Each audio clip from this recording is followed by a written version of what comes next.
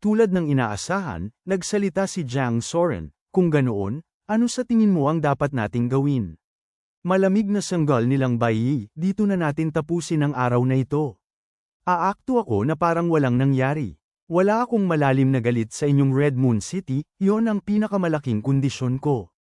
Nangutya si Jiang Soren, Lang Bai, sanay ka ng umaktong mayabang, na naiintindihan ko naman, ngunit marami pa ring puwersa sa mundong ito ang hindi mo kayang kalabanin.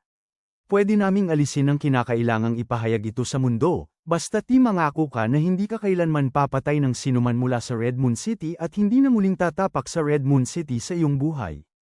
Kung hindi, manatili ka na lang, wala nang dapat pag-usapan pa. Si Jiang Soren ay kabilang sa uri ng pinuno na inuuna ang mas malaking larawan, kaya medyo mas madali siyang kausapin. Kumunat ang noo nilang Bai, na alam na ito ang huling hangganan ni Jiang Soren. Kung makikipaglaban ba o lalayo ay nakadepende ng buo sa kanyang iisang desisyon. Kung makikipaglaban sila, bukod sa 5 dakilang eksperto, ang lahat ng iba pang naroroon ay agad na magiging abo. Hindi ito ang mga bagay na pinakialaman niya. Ang pinakialaman niya ay ang kanyang mga tsansa na makatakas sa ilalim ng pinagsamang puwersa ng 5 taong yun. Matapos makatakas, gaano katagal bago gumaling ang kanyang mga pinsala? Ang pasibong pakikipaglaban tulad nito ay hindi kailanman naging estilo niya. Sa huli, nagbigay siya ng kompromiso, na sinasabing, sige, pumapayag ako, ngunit sa isang karagdagang kondisyon, dapat ding pakawalan ng walang pinsala si Dong Menyuan. Sige, payag ako. Agad na pumayag si Jiang Soren. Si Dong Menyuan ay pwedeng hulihin o pakawalan. Wala siyang banta sa kanila kahit kanino. Pagkatapos ay itinaas nilang Bai ang kanyang kamay. At nangako ng isang sumpa, na sinasabi, ako, silang Bai, ay sumusumpa na hindi kailanman papatay ng kahit isang tao mula sa Red Moon City sa aking buhay, ni hindi na muling tatapak sa Red Moon City kailanman. Ang kanyang tono ay biglang nagbago habang galit na sinabi, gayunpaman, kung makatagpo ako ng sinumang bulag na hanggal mula sa Red Moon City sa labas, huwag ninyo akong sisihin sa pagputol ng kanilang mga braso tibinti at pagwasak ng kanilang dantian. Malamig na sanggal ni Ning Qiwei, napakaganda. Ngunit kung may alinmang alagad ng Red Moon City ang masaktan mo, hahabulin ka namin hanggang sa dulo ng daigdig. Ayon sa iyong sumpa, hindi mo kami pwedeng patayin, kaya ang kasunduang ito ay napakaganda para sa amin. Na parang natatakot ako sa paghabol niyo sa akin. Napakatawa-tawa. Nag-iwan ng isang tingin na puno ng napakalaking pumatay na hangarin. Tumatagilid na humarap silang Bai at nawala na naging mga tuldok ng maitim na liwanag. Sa sandaling umalis silang Bai, ang pumatay na hangarin sa buong kalawakan ay nawala, at ang nakakatakot sa lamig na kaba sa puso ng lahat ay dahan-daang natunaw, hanggang sa wakas ay uminit din. Nang makitang naayos na ang usapin, ang 3 sinag ng liwanag sa langit ay sa wakas ay huminto sa pag-ikot, na naging 3 guhit ng liwanag na lumapag sa lungsod ng sunod-sunod. Nagmamadaling sinabi ni Jiang Soren, maraming salamat sa 3 nakatatanda sa pag-aksyon. Nagmamadaling lumapit si Jiang Ruobing, na sinasabing, Ama, Guro, bakit hindi niyo siya pinatay? Hindi niyo kailangang mag-alala tungkol sa akin. Sa isang matalim na pak, biglang sumampal si Jiang Soren, na nagpatalsik sa kanya sa isang matinding sampal. At galit na sumigaw, ang lahat ng ito ay sanhi ng iyong kaguluhan. Magpalit ka agad ng damit at pumunta ka sa martial arena para sa akin. Nagmamadaling hamarang si Ning Qiwei kay Jiang Ruobing, na malamig na sinasabi, ibuhos ang iyong galit sa sarili mong anak dahil lang pinagbantaan ka ng ibang tao, ang ating dakilang City Master ay talagang may kakayahan. Bagamati ang usapin ngayong araw ay napakalagim, maaaring hindi ito masamang bagay. Ang pag-aayos ng mga bagay sa 8 estatwa ng Diyos ng Kamatayan habang pinapataas ang reputasyon ng ating Red Moon City, ipapasulat ko ito sa mga chismis upang ikalat sa buong Heavenly Martial Realm, upang ipaalam sa lahat na silang Bai ay nagkaroon ng pagkatalo sa Red Moon City. Hiya-hiyang sinabi ni Xiao Ba, binibining Qiwei, hindi ba medyo hindi angkop yun? Bilang isang Supreme Powerhouse, hindi ka ba pwedeng maging mas low-key ng kaunti? Ang kapaligiran ay agad na nahulog sa katahimikan. Nagmamadaling tinakpan ni Xiao Ba ang kanyang bibig, na hindi naglalakas loob na magsalita ng isa pang salita. Ngunit huli na ang lahat. Sa isang malakas na pak, si Xiao Ba ay nasampal sa mukha, na nagpagulong sa kanya ng matindi sa lupa. Sinabi ni Ning Qiwei sa isang malamig na boses, Heng Feng, kunin mo ang dagang iyon na si Dongmen Yuan dito. Kung tumanggi siyang umalis, ang pagpatay sa kanya sa kinalalagyan ay hindi maituturing na paglabag sa kasunduan. Tumingin si Ning Qiwei kay Li Yunxiao at pinuri, kanina lang, sa ilalim ng aura nilang Baiyi, maging si Heng Feng ay naglabas ng takot mula sa loob. Tanging ikaw, na nakatayo ng pinakamalapit sa akin, ang hindi nagpakita ng kahit anong takot na nagkakamit ng aking mataas na papuri.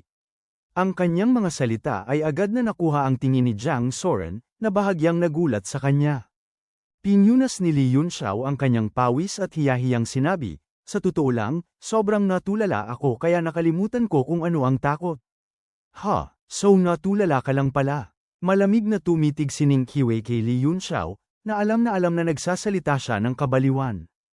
Sinabi ni Jiang Soren, kapatid na Qiwei, dahil dinala mo si Ruobing dito, babalik muna ako upang maiwasan ang paglikha ng mga ligaw na haka-haka mula sa lahat kung matagal akong mawawala.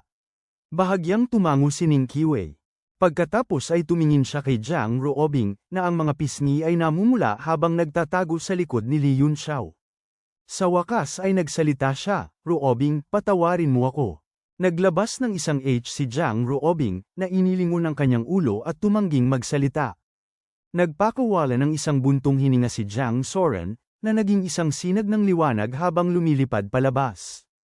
Saka lamang nakiusap ng kawawa si Jiang Ruobing, Guro, ayaw kong lumahok sa paligsahan ng martial arts upang pumili ng asawa. Hindi yun nakadepende sa iyo. Nagdilim ang mukha ni Ning Qiwei habang direktang nagtatama ng isang seal sa kanyang balikat, na malamig na nagsasaad, nag-iwan ako ng marka sa iyong katawan. Kahit na tumakas ka sa dulo ng daigdig, magagawa kong maramdaman ang iyong lokasyon. Sumigaw sa sakit si Jiang Ruobing, na sumisigaw sa takot, ang mamamatay tao ay pumatay ng tao. Tumingin si Ning Qiwei kay Li Yunxiao at nagtanong, ang paligsahan sa martial arts ay patapos na. Talaga bang hindi mo pinaplanong makipagkompetensya? Hinawakan niya si Jiang Ruobing at itinaas ang kanyang baba gamit ang isang daliri, na sinasabi, tingnan mo ang batang babaeng ito, napakaganda niya, hindi ka ba natutukso? Natakpan ng mga maitim na linya ang mukha ni Li Yunxiao habang sinasabi, maaaring matukso ako, ngunit ano ang magagawa ko nang walang kinakailangang lakas? Pupunta muna ako doon upang tumingin-tingin, na nagkataong nagtatapos sa isang tiyak na usapin. Tinutukoy niya ang paggagamot kay Jiang Ruomei. Sa tulong ni Ning Qiwei na ilihim ang moon pupil, hindi niya kailangang mag-alala na matuklasan. Ang lahat ay lumipad pabalik patungo sa Red Moon City matapos ang matinding labanan. Si Ruan Zimao ay pilit na pinigilan si Lu Yuteng upang makuha ang tagumpay, bagamati ang kanyang origin energy ay nagdusa ng malalaking lugi. Matapos magpahinga ng maayos, ipinagpatuloy niya ang kanyang laban-laban kay Zhu Yuqi. Nang bumalik si Jiang Soren at ang tatlong sinag ng liwanag, ang puso ng lahat ay kumalma. Sa ilalim ng mga kaayusan ni Qiwei, si Jiang Ruobing ay matagumpay na pinalitan ng peking nobya, na nakaupo sa tabi na nagtatampo at nananatiling tahimik. Pinapanood ang dalawang naglalaban sa ilalim ng entablado ng arena. Mahinang nagtanong si Ning Qiwei, sino sa tingin mo ang mananalo sa huli? Sumagot si Li Yunxiao, kung walang anumang aksidente, dapat ay si Ruan Zimao. Oh, mataas din ba ang pagtingin mo sa kanya? Sulyap na walang pakialam si Ruan Hangyu kay Li Yunxiao at sinabi, ikaw ang City Master ng Yanhu City, at medyo interesado ako sa iyong paraan ng paggagamot para sa sumpa sa loob ng katawan ni Ruomei. Ngumiti ng mahina si Li Yunxiao at sinabi, si Ruan Zimao ay isang matalinong tao na hindi kailanman gumagawa ng kahit ano nang walang katiyakan. Tiyak na mayroon siyang paraan upang harapin si Zhu Yuqi. Kung hindi, hindi nakatayo si Zhu Yuqi sa martial stage sa sandaling ito. Tungkol naman sa paraan upang alisin ang sumpa, patawarin mo ako, ito ay isang sinaunang lihim na pamamaraan at hindi pwedeng ibunyag. Sa sandaling ito sa entablado ng arena, ang Heavenly Wave Mirror ay lumitaw sa kaliwa ni Ruan Zimao, ang napakalawak nitong aura ay nagpalubog sa buong entablado sa liwanag ng salamin. Ang nakapalibot na tanawin ay patuloy na nagbago habang hawak ni Ruan Zimao ang kanyang mahabang espada ng mataas gamit ang isang kamay, na nagsasagawa ng isang patag na hiwa. Ang nag-umapaw na sword shi ay nagpakawala ng sunod-sunod na atake, Ang bawat guhit ng sword chi ay katulad ng 10,000 tumatakbong kabayo habang humihiwa pababa mula sa ere. Hindi makaiwas sa ilalim ng nagbabagong liwanag ng salamin, si Tsuyuki ay direktang tinamaan ng sword chi ng kanyang kalaban. Ang dugo sa kanyang katawan ay nagwala habang nagdura ng isang subo ng dugo, ang kanyang katawan ay lumipad pabalik ng malakas. Namutla ang kanyang mukha habang itinataas ang isang kamay upang sumuko, na sinasabi, ang iyong lakas ay talagang isang antas sa itaas ng sa akin. Buong pusong tinatanggap ni Yuki ang pagkatalong ito. Si Ruan Zimao ay humihingal din ng matindi, higit sa kalahati ng kanyang origin energy ang naubos. Inikat niya ang kanyang mga kamao at sinabi, salamat sa pagtitimpi, hindi na kita ihahatid. Dahan-daang bumaba si Tsuyuki sa martial stage. Bagamat di natalo, nagkamit siya ng malalakas na palakpakan at walang katapusang cheer. Sa mga upuan ng manunood, sinuri ni Ning Qiwei, HMM, tanging ang labanang ito lang ang karapat-dapat panoorin. Kung hindi ginamit ni Ruan Zimao ang Heavenly Wave Mirror Projection, bagamat ang kanyang tsansa na manalo ay mataas pa rin, mahirap sanang tapusin ito ng mabilis. Ngumiti si Lee Yunxiao at sinabi, nang makita ang tagumpay, sabik na siyang yakapin ang kanyang nobya at kaya nasusunog sa kawalan ng pasensya. Kung hindi, ibinigay ang kanyang karaniwang ugali, kahit napatagilan niya ito. Sulyap sa kanya ni Ning Qiwei, na nagpapakawala ng buntong hininga, basta't hindi ka pupunta sa entablado, ang paligsahan ay nagtatapos dito. Si Ruobing ang aking minamahal na alagad, mas gusto kong magpakasal siya sa iyo. Umiling si Lee Yunxiao ng may ngiti, na sinasabi, natatakot ako na wala akong ganoong uri ng kapalaran. Malakas na sumigaw si Jiang Bili, nanalo si Ruan Zimao. May iba pa bang gustong humamon sa kanya? Habang bumabagsak ang kanyang boses, ang buong lugar ay naging napakatahimik. Bagamat may mga pinsala si Ruan Zimao sa sandaling ito, ang martial skill na katatapos lang niyang ipakita ay nakatayo sa itaas ng karamihan, sino sa nakababatang henerasyon ang maglalakas loob na makipagkumpetensya sa kanya. Nagtanong si Jiang Bili ng 3 beses ng sunod-sunod, ngunit ang lugar ay nanatiling tahimik, na walang sinuman ang natira na kayang sumagot sa hamon. Isang ngiti ang lumitaw sa mukha ni Ruan Hangyo, at bahagyang tumango rin si Jiang Soren. Ang ipakasal si Jiang Ruobing kay Ruan Zimao ay isang bagay na sila, bilang mga magulang, ay hindi tumutol. Nang makitang walang humahakbang paabante, pabalik na sana si Jiang Bili upang i-anunsyo ang pagtatapos ng paligsahan nang may isang figure ang biglang humakbang palabas mula sa mga upuan ng manunood at lumakad sa entablado.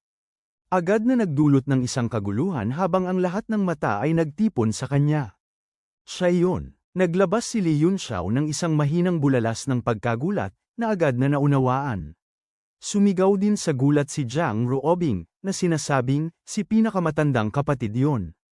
Agad na nagdilim ang mukha ni Ruan Zimao habang malamig na nagtatanong, sino ka? Walang interes na sinabi ng lalaki, Luo Qingyan. Tila narinig na ni Ruan Zimao ang reputasyon ng taong ito, na nangungutya, gusto mo rin ba akong labanan? Sinabi ni Luo Qingyan, wala akong intensyon na makipagkompetensya sa iyo para kay Binibining Ruobing, ngunit gusto kong makuha ang Dragon Whisker. Basta pumayag ka na ibigay ang bagay na yun sa akin, agad akong aamin ng pagkatalo at bababa sa entablado. Ha ha ha. Tumawa ng malakas si Ruan Zimao nang walang pagpipigil, na sumisigaw. Ikaw ay isang 8-star martial venerate lamang, ngunit naglalakas loob ka na makipag-usap ng mga kondisyon sa akin. Bumunot ka ng sandata at lumaban. Kumunat ang noo ni Luo Qingyan at sinabi, hindi mo pa nababawi ang iyong origin energy. Ayaw kong samantalahin ka, magpahinga ka muna.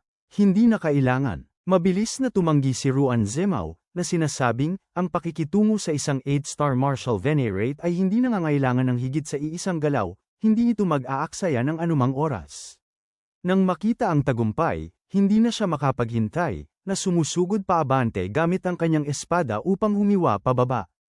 Biglang napangiti si Lee Yunxiao, na sinasabing, si Ruan Zimao ay tiyak na matatalo sa kampyonato. Nagulat ang mga nakapalibot na tao, at nagulat din si Ning Qiwei, na sinasabing, ang Luo Qingyan na ito ay talagang medyo hindi may larawan, ngunit tiyak na hindi siya kayang talunin si Ruan Zimao, di ba? Malamig na sanggal ni Ruan Hangyo, puro sensasyonalismo lamang. Kahit gaano pa siya kasuwail sa langit, sa pinakamarami ay may kakayahan siyang pagbantaan si Zimao. Ang direktang pag-aangkin na matatalo siya sa kampyonato, ang iyong paningin ay karaniwan lamang sa pinakamahusay. Gayunpaman, nagtanong si Jiang Soren, ipinahahayag mo yun ng may buong kumpiyansa, mayroon ka bang anumang batayan para doon? Humakbang paabante si Li Yunxiao ng may ngiti, na sinasabing, ang batayan ko ay malinaw kung alam ang lakas ni Luo Qingyan, at malinaw ko ring alam ang lakas ni Ruan Zimao, kaya ko sinasabi na si Ruan Zimao ay tiyak na matatalo. Tumingin siya pababa sa entablado ng arena at sinabi, tingnan ninyo sa inyong sarili. Sa entablado, hinawakan ni Luo Qingyan ang kanyang kamao, na nagtatapo ng isang simpleng suntok na umaasa ng buo sa purong lakas. Ang isang matinding puwersa ng Yang ay malakas na sumabog, na nagpapasuray-suray kay Ruan Zimao pabalik ng paulit-ulit mula sa epekto. Bahagyang itinaas ni Luo Qingyan ang isang kilay, na tumitingin pabalik sa kanyang kamay, kung saan ang isang mahabang hiwa ng dugo ay nahiwa dito. Malamig na sanggal ni Ruan Zimao. Bagamati ang pagtulak pabalik ay nagpayanig sa kanya sa loob. Ang kalaban na umaasa sa kaunting kakaibang lakas upang maglakas loob na harangan ang kanyang espada ng direkta gamit ang isang hubad na katawan ay napakahambog sa sukdulan. Ang ngiti sa kanyang mukha ay biglang tumigas, ang kanyang mga pupil ay matinding nagkontrata. Dahil sa mismong sandaling ito, isang malutong na pak ang tumunog mula sa kanyang holy sword, na direktang nadudurog sa mga piraso. Isang masamang pakiramdam ang lumitaw sa kanyang puso, na nag-iiwan sa kanya ng pakiramdam na nakagawa siya ng isang malubhang pagkakamali. Inabot ni Luo Qingyan ang kanyang braso at hinawakan, ang Desolate God Bright Moon Spear ay nabubuo sa kanyang kamay habang ang isang sinaunang aura ay nagliliwanag palabas. Tumayo siya ng tahimik, na muling nagsasalita, talaga bang nagdesisyon ka na hindi magpahinga? Kung ganoon, hindi na ako magtitimpi pa.